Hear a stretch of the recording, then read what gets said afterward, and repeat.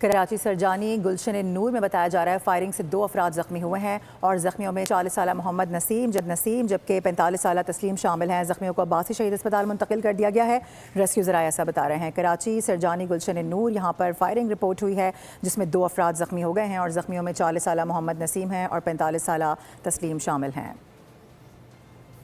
कराची सरजानी गुलशन नूर में बताया जा रहा है फायरिंग से 2 अफराद जख्मी हुए हैं और जख्मियों में 40 साल मोहम्मद नसीम जबकि 45 साल तस्लीम शामिल हैं। जख्मियों को अब्बासी शहीद अस्पताल मुंतकिल कर दिया गया है। रेस्क्यू ज़राए ऐसा बता रहे हैं। कराची सरजानी गुलशन नूर यहाँ पर फायरिंग रिपोर्ट हुई है जिसमें 2 अफराद जख्मी हो गए हैं और जख्मियों में 40 साल मोहम्मद नसीम हैं और 45 साल तस्लीम शामिल हैं।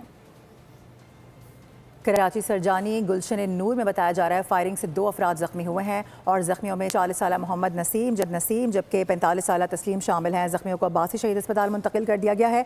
रेस्क्यू ज़राए ऐसा बता रहे हैं। कराची सरजानी गुलशन नूर यहाँ पर फायरिंग रिपोर्ट हुई है जिसमें 2 अफराद जख्मी हो गए हैं और जख्मियों में 40 साल मोहम्मद नसीम हैं और 45 साल तस्लीम शामिल हैं।